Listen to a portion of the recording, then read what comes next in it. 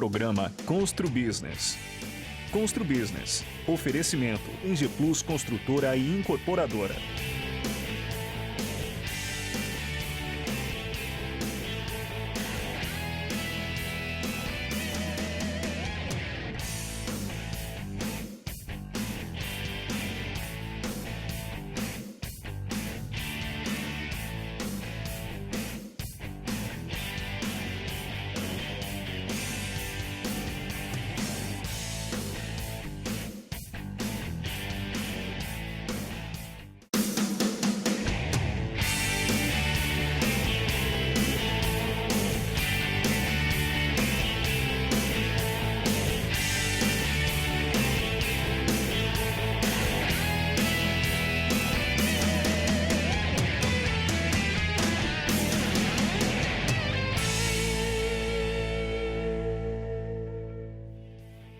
Olá, estamos começando mais um programa Constru Business.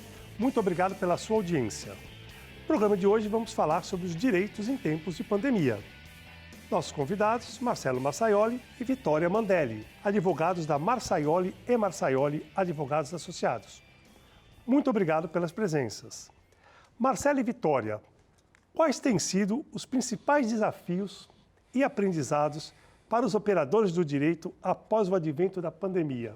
Primeiramente, muito obrigado pela oportunidade de falar sobre esse assunto que tem sido muito atual e ativo, né? A pandemia trouxe muitos problemas à tona, muitas coisas diferentes que ainda a gente não tinha visto no nosso sistema legal.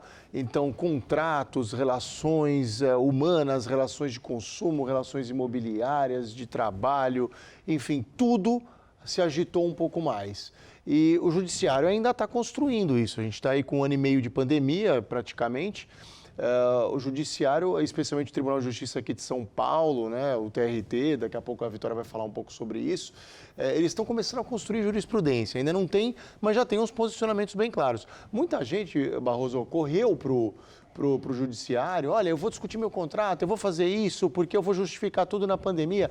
E acabou ficando um pouco vala comum, as pessoas acabaram indo para discutir qualquer coisa, banalizou. E o judiciário pegou isso muito rápido e acabou até refutando muita coisa. Olha, não vou aceitar a discussão pura e simples de contrato porque você está dizendo que está em dificuldade financeira. E chegou a situações engraçadas até, caras que queriam discutir com o banco, olha, eu vou discutir com o banco a minha dívida bancária. Aí chegou e o juiz falou assim, poxa, mas você está devendo desde 2015, a pandemia começou em 2020, né? 2019, finalzinho de 19, começo de 20, no Brasil oficialmente em 2020. Então, por essas coisas, a gente teve muito movimento, tá? Mas o judiciário está ainda assentando esse prumo. O que eu acho é que as pessoas, para o futuro, vão começar a pensar em situações como essa que eram absurdas, mas o direito é assim, ele evolui com a sociedade. Então, antigamente a gente não precisava colocar em contratos ou nas nossas relações a previsão de uma pandemia.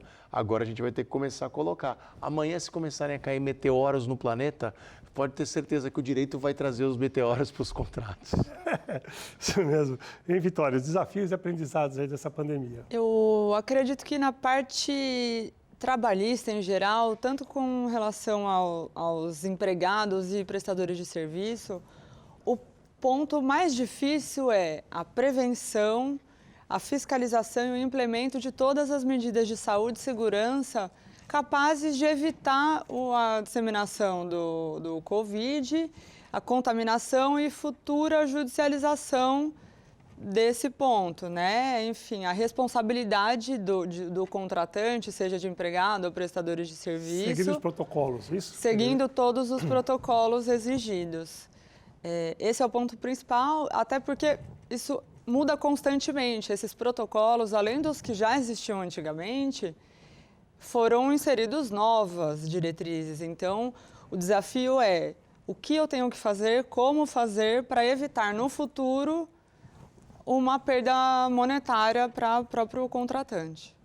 O próprio funcionário, ele pode ser responsabilizado, por exemplo, de contaminar os outros funcionários de alguma forma, por exemplo, ele sabendo ou ele estando em dúvida e frequentando o ambiente de trabalho. Como é que funciona nessa parte? Os funcionários podem mover uma ação contra um funcionário, a empresa? No primeiro momento, realmente a ação ela será movida contra a empresa mesmo. Um empregado ele vai mover a ação contra o empregador, ainda que a conduta tenha partido de algum funcionário, algum outro funcionário. E a empresa vai ser responsabilizada se houver prova de que isso se deu por vontade, se for voluntário proposital. Caso contrário, ainda não temos notícias da Justiça do Trabalho nesse ponto, mas caso contrário, se não tiver alguma prova de que realmente foi proposital, não vai ser possível essa reparação, enfim, esse debate da discussão da responsabilidade da empresa, né? Dá pano para manga. Você imagina, uma empresa tem 200 colaboradores, um colaborador sabendo que ele está infectado, estou falando isso porque isso acontece. Eu não estou chutando. Dentro da minha casa aconteceu com a minha funcionária. Sim. Então, ela com medo de ser demitida, com medo... Ele vai contaminado no ambiente de trabalho e contamina as 30, 40 pessoas e acaba prejudicando o próprio proprietário, né? Sim, é um absurdo isso. Sim. Na minha casa aconteceu isso. Isso que eu estou falando não é como é que fala? Eu não estou filosofando. É uma coisa que pode acontecer e acaba prejudicando o proprietário. É o contrário. Né? Isso. No caso, a forma que o proprietário, o empregador tem de se proteger é manter todas as regras disponíveis. O distanciamento, o uso de máscara, álcool e gel. Então, tudo isso ele é obrigado a observar. Se ele se precaver de forma a mostrar que ele observou todas as prevenções exigidas, ele consegue se resguardar. Agora, se ele não tivesse precavido o suficiente, não tiver documentado o fornecimento de máscara, de álcool em gel, da manutenção do distanciamento, aí ele pode ser, sim, culpado pela contaminação do outro colaborador. Nesse caso, por exemplo, ele falou aqui, o funcionário sabe que está doente, sabe que está positivado, já tem o exame em mãos, vai e contamina outras pessoas da casa, do ambiente de trabalho, onde quer que seja. Caberia fazer uma advertência por uma má conduta? Não, sem dúvidas. A previsão expressa na CLT no sentido de que, caso o funcionário não observe as regras de norma de segurança, não utilize inclusive os EPIs, que agora a gente pode considerar máscara, álcool em gel, distanciamento, norma de segurança de trabalho. Se ele não cumprir, ele pode e deve ser advertido, suspendido e até dispensado por justa causa. Agora, o empregador, ele pode sim vir a ser responsabilizado, porém depois ele vai se defender, né? Vai se defender, mas ele pode depois cobrar, caso haja comprovação de que isso se deu de forma voluntária, né, e culposa pelo empregado contaminado, buscar o ressarcimento por parte dele. Marcelo, com o isolamento social, como ficaram as relações e adequações dos regimentos internos dos condomínios? Tem muita coisa acontecendo nas relações condominiais. Muita coisa que acabou sendo regulamentada por assembleia, porque você não tem como mudar uma convenção de condomínio, sempre é mais complicado. Você precisa de 2/3 dos moradores, né? Não é dos presentes numa assembleia, é dos moradores. Então, sempre é um processo mais lento. E a pandemia não permite isso. São relações muito dinâmicas, muito rápidas, situações que não acontecem. Gente, por exemplo, que insiste em circular sem máscara em área comum. Isso é proibido hoje. É norma sanitária, norma do decreto da própria prefeitura e assim, as pessoas insistem, querem abrir academias à força, querem ir para o playground mesmo sem poder. Então, no fim das contas, os síndicos, nos últimos decretos municipais, por exemplo, aqui na nossa região, especificamente na cidade de Santos, eles já contemplaram claramente, nos primeiros não, no começo de 2020, não falava o que exatamente podia, o síndico, ao seu bel prazer, faz o que ele entender que é legal ou não é legal. Agora não. Nos últimos já veio, olha, não pode usar isso, isso e aquilo. Então, assim, há mudanças acontecendo, acredito que também para o futuro seja mexido com mais calma, os condomínios busquem alterações nas suas convenções, nos seus regimentos. Mas tem mais coisa aí. Vamos lá. Então vamos para o nosso intervalo, logo estaremos de volta.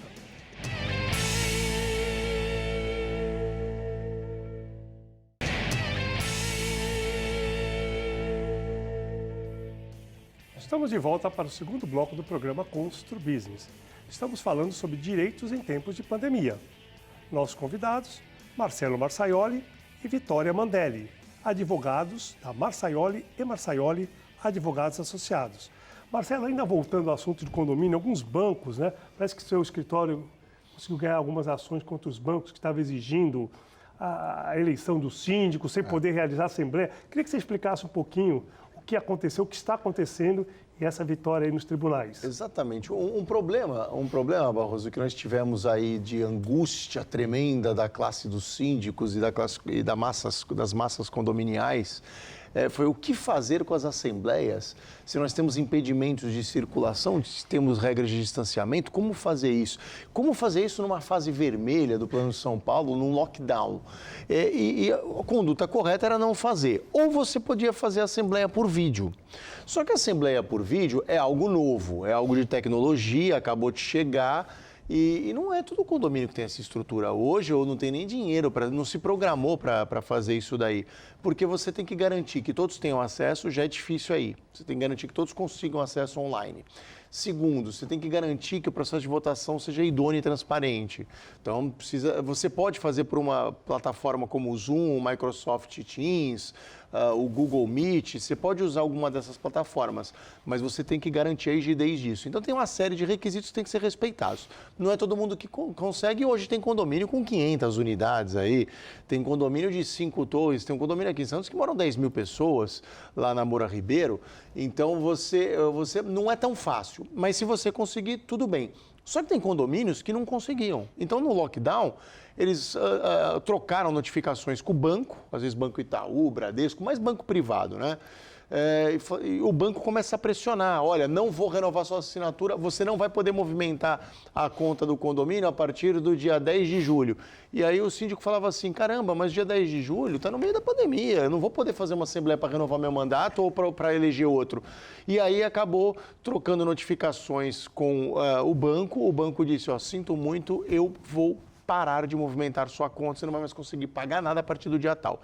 Com isso em mãos, a gente ajuizou algumas demandas no judiciário, muito simples, pedindo simplesmente para que o juiz autorizasse a prorrogação do mandato do síndico até que se pudesse fazer uma assembleia presencial. E aí os juízes foram muito receptivos, abraçaram, alguns propuseram até acordos para o banco. E o banco, Roberto, eu tive a nítida sensação que o banco estava rezando para ter uma decisão judicial para poder fazer isso. Porque são normas que vêm de cima, é governança corporativa. Eles têm um compliance para respeitar. Então, é como se tivessem pedido para o condomínio, por favor, me consegue uma ordem judicial para poder obedecer. E foi o que aconteceu. O juiz não tinha outro caminho. Ele falou, olha, você não pode obrigar eles a se reunirem presencialmente. Sinto muito. Então, vamos prorrogar esse mandato. E no final, antes de sentenciar, o juiz deu um despacho em alguns processos muito bacana do judiciário, dizendo o seguinte, ó, eu estou propondo isso aqui. Vamos fazer uma prorrogação, o banco aceita isso até que se possa fazer, etc. e tal. A gente achou super coerente, o jurídico do banco também, todo mundo se conciliou. Não precisou nem ir à força. E, claro, tudo isso começou com uma liminar, né, que hoje a gente chama tutela de urgência, né, porque o condomínio não pode esperar a ação ser julgada. Então, funcionou. Hoje, como é que estão as assembleias? Hoje nós estamos aí numa fase de transição, não é mais um lockdown, mas ainda é fase vermelha. As pessoas esquecem, parece que foram para a fase azul, né, no Brasil. Ninguém esqueceu que tem que ser paulatino. Mas hoje, com distanciamento, se você conseguir ter um lugar muito amplo, ventilado, fazer com 1,5 metro de distância, todos, absolutamente todos, usando máscara, álcool gel para se manifestar, um microfone higienizado todo o tempo e tudo, você consegue fazer uma assembleia com segurança e também o modelo híbrido tem sido muito adotado e abraçado. Faz uma parte dos condomínios em vídeo, outra parte presencial. Vitório, o governo colocou em prática várias ações, redução de salário, redução de horário, uma série de home office, não sei se está regulamentado ou não, tal. Você acha que essas medidas foram efetivas nesse primeiro momento ou isso pode trazer algumas demandas ao judiciário? Sim, com certeza, essas medidas implementadas pelo governo foram hábeis a diminuir o desemprego nesse momento que a gente está passando. Dentre elas, a suspensão do contrato de trabalho, redução de jornada, a gente não tem dúvidas disso. A única questão com relação a futuras demandas é a inobservância das regras estipuladas pela lei pelas medidas provisórias, a medida provisória 927, 936, que foi depois convertida para a Lei 14.020. Por fim, agora, a mais recente, a 1045 de abril, que eles renovaram algumas medidas, tendo em vista a necessidade de continuidade da precaução para evitar o desemprego. E isso está, sim, sendo muito concretizado. Outra coisa, o home office, essa relação está regulamentada? E outra coisa, que tipo de demanda isso poderia gerar? Na verdade, o teletrabalho em si, ele já foi previsto na CLT, na lei específica da trabalhista, em 2011. Porém, em 2017, com a reforma trabalhista, com a Lei 13.467, ela trouxe um regramento específico com relação à forma de contrato, o que pode ser objeto de negociação entre as partes, como isso pode ser formalizado. Até então, não havia. Agora, com a pandemia, essa demanda aumentou muito, né? Foi necessário que as pessoas fossem trabalhar em casa. Então, existe um regramento básico, no sentido de que as partes podem combinar e ajustar os equipamentos que serão utilizados, tudo isso pode ser objeto de negociação entre empregador e empregado, tá? Com relação à jornada, que eu acho que o ponto principal de futuras demandas, a legislação trabalhista, ela insere o home office, o teletrabalho, na verdade, que é genérico, como uma das exceções da aplicação do capítulo que trata de jornada de trabalho. Ou seja, o home office, ele impediria, por previsão legal, o pagamento de hora extra, o controle da jornada, o pagamento de hora extra. Então, esse funcionário, ele poderia trabalhar mais sem receber qualquer contraprestação por isso. O que tem que ser observado na prática é o estabelecimento no contrato, na formalização do home office, da alteração para o home office, de observância dos horários previamente contratuais fixados e que não haja um controle excessivo dessa prática da jornada. Porque se houver futuramente na Justiça do Trabalho, pode haver reconhecimento, sim, de necessidade de pagamento de hora extra. Então, o empregador ele deve se proteger da maior forma possível, com todas as previsões contratuais e se resguardar para um futuro. O funcionário trabalhando em casa, ele gasta o computador dele.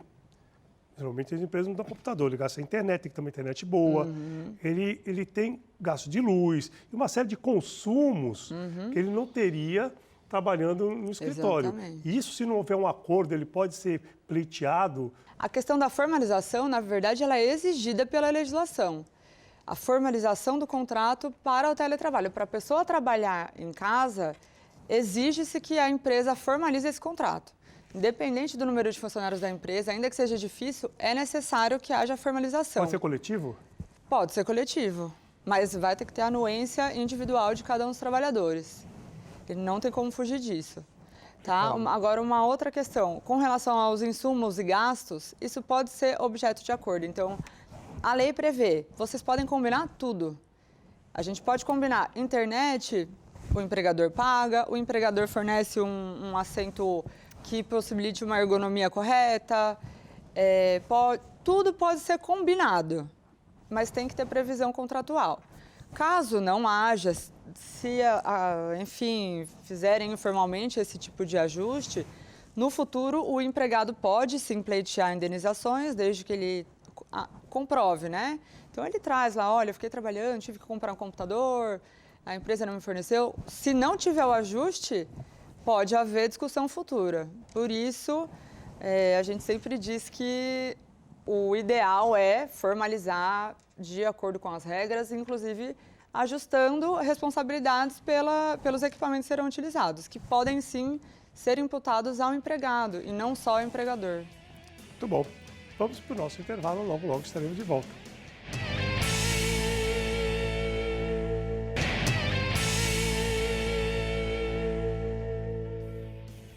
Estamos de volta para o último bloco do programa Constru Business. Hoje estamos falando sobre direitos em tempo de pandemia. Nossos convidados, Marcelo Marçaioli e Vitória Mandelli, advogados da Marçaioli Advogados e Associados. Marcelo, contratos, negociações, reduções, carentes, índice de correção, como andam as relações entre, por exemplo, conjuntos comerciais, inquilinos, locatários? Olha, no começo da pandemia, a gente teve uma corrida para o judiciário, especialmente dos debates de locatários contra locadores. Os locatários comerciais aí, a gente está falando, eles queriam reduzir os seus aluguéis. Eu estou fechando as portas porque o governo não me deixa abrir. Então, eu quero uma redução de aluguel. Quando não havia negociação, quando o locador fechava as portas para negociação e falava assim, não, eu não vou mexer no seu aluguel, ele batia as portas do judiciário. E aí o que aconteceu? O judiciário acabou tomando uma linha, e agora depois de 1 ano e meio essa linha já é muito mais firme, de não abraçar muito esse tipo de redução. Eles não concedem redução, às vezes em primeira instância você consegue algum desconto, em segunda instância você acaba perdendo. Ou no máximo eles suspendem, o que não é cancelar. Eles suspendem durante um tempo. Durante um tempo você vai pagar 70% do seu aluguel. Mas lá na frente, eles só suspenderam, essa conta vai chegar.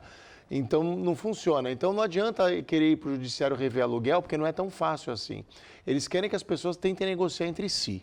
A mesma coisa a gente está vivendo agora, neste exato momento, nesses dias, dos índices de correção monetária. Por quê? O IGPM chegou a quase astronômicos 25% ao ano. Está 32%. Então, 32% ao ano, é um terço. Ou seja, o seu aluguel em 3 anos ele vai dobrar. Você paga 5 mil de aluguel, você vai pagar 10 mil em 3 anos. Você vai quebrar. Não tem jeito, mas as pessoas também estão indo ao judiciário e o judiciário está fazendo um papel de análise fria. Qual é a análise fria?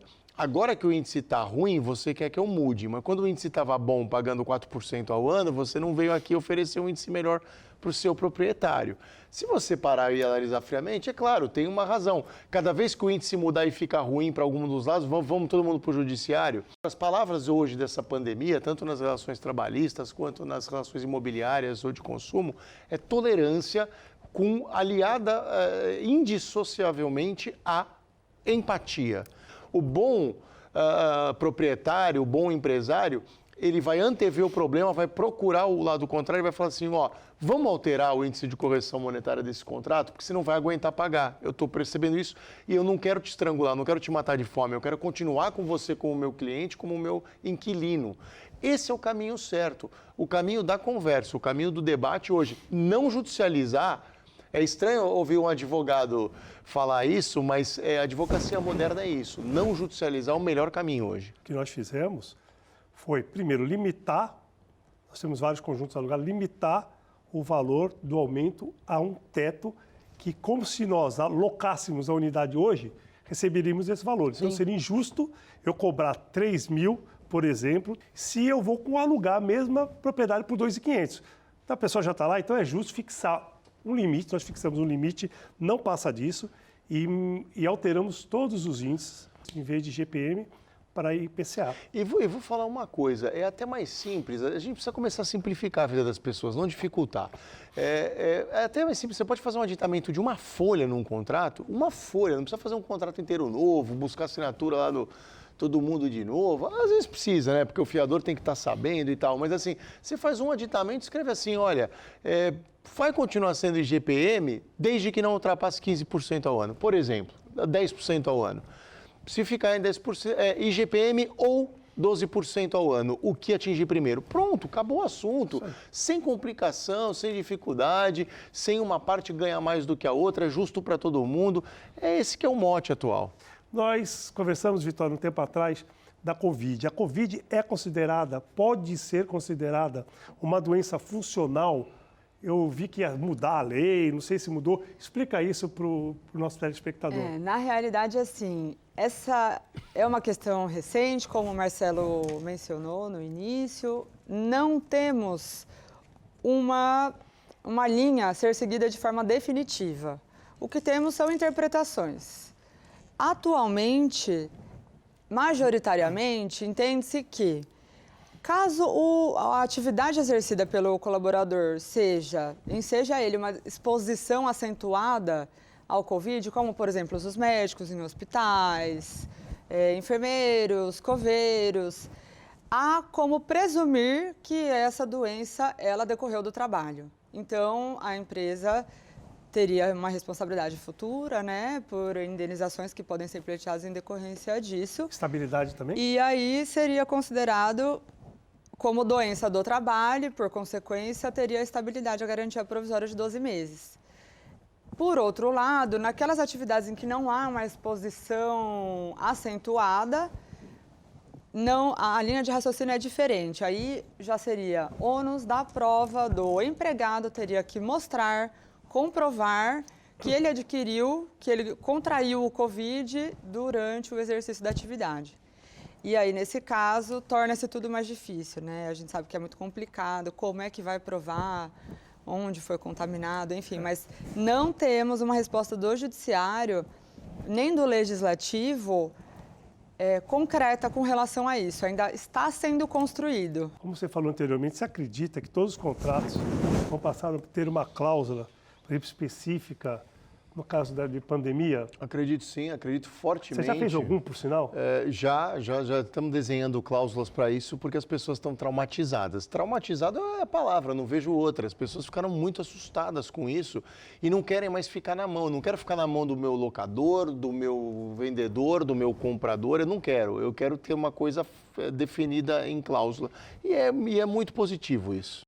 Nós temos 180 dias oficial para poder atrasar um empreendimento, já está incorporado e aprovado. A pandemia, no caso um lockdown, pode adicionar mais, por exemplo, ficamos em lockdown 20 dias, um mês. Esse um mês pode ser adicionado já aos 180 dias? Eu entendo que sim. É uma pergunta difícil, porque mas eu talvez entendo, nem o juiz saiba. Mas né? eu entendo, ainda não chegou muito ao judiciário no caso de lockdown por causa da pandemia, mas eu entendo que sim, porque seria um motivo maior, quase que uma força maior, só que para o futuro, a tua pergunta é boa, eu já sei que você está antevendo. É difícil, Para o né? futuro, vai ser previsível. Hoje não era previsível, ninguém esperava que da China viesse um vírus que contaminasse o mundo inteiro. Para os próximos anos, olha, pandemia nós já tivemos, agora nós já somos calejados e experimentados, não tem uma desculpa para você ficar alegando isso. É muito complicado, o direito é muito complicado, até porque nós estamos no meio da pandemia e ninguém sabe direito onde vai chegar, Deus me livre, tomara que isso passe logo e a gente consiga ter uma vida normal, né? Heitor, Marcelo, Vitória, muito obrigado pela presença. Eu aproveito para mandar um abraço ao Heitor, né, que também é do escritório, né, meu amigo, Heitor Emiliano. E quero agradecer muito a audiência do nosso telespectador e dizer que na próxima semana estaremos de volta, se Deus quiser. Grande abraço e até lá.